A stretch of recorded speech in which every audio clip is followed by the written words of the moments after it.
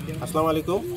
আমরা আজকে 16/11/2025 রোজ রবিবার বেলা 4 ঘটিকার সময় গোপন সংবাদের ভিত্তিতে আমরা জানতে পারি যে ফুলবাড়িয়া যেটা চুয়াডাঙ্গা সদর উপজেলা সংযোজক ইউনিয়ন ফুলবাড়িয়ার যে মাঠ গয়েরগাড়ি মাঠ, ওই মাঠে কিছু পাখি শিকারের উদ্দেশ্যে পাখি শিকারীরা জাল বিছিয়ে রাখে।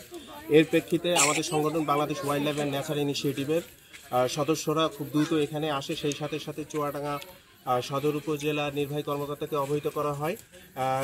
সেই সাথে বন বিভাগ, আমাদের যে চুয়াডাঙ্গা সদর বন বিভাগকে বিষয়টি জানানো হয়।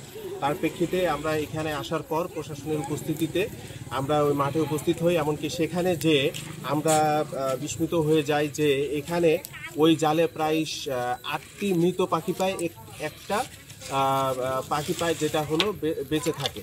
সেটাকে আমরা সকলের সামনে সেটাকে ছেড়ে দেওয়া হয়, অবমুক্ত করা হয়। সাথে মৃত পাখিগুলাকে মাটির নিচে চাপা দেওয়া হয়েছে। আর সেই সাথে সবার জনসম্মুখে আমরা জাল আর সেই সাথে যে সরঞ্জামগুলো আছে ওগুলো আমরা বিনষ্ট করি। আর আমরা তার পরবর্তীতে এখানে সকলের সামনে জনসচেতনতার জন্যে বাংলাদেশ বন্যপ্রাণী সংরক্ষণ নিরাপত্তা আইন 2012টা সবাইকে অবহিত করি। এমনকি সকলের মতামতের ভিত্তিতে আমরা পরবর্তীতে এগুলাকে 4 রাস্তার মোড়ে আমরা এগুলাকে কুড়িয়ে ফেলি। ধন্যবাদ।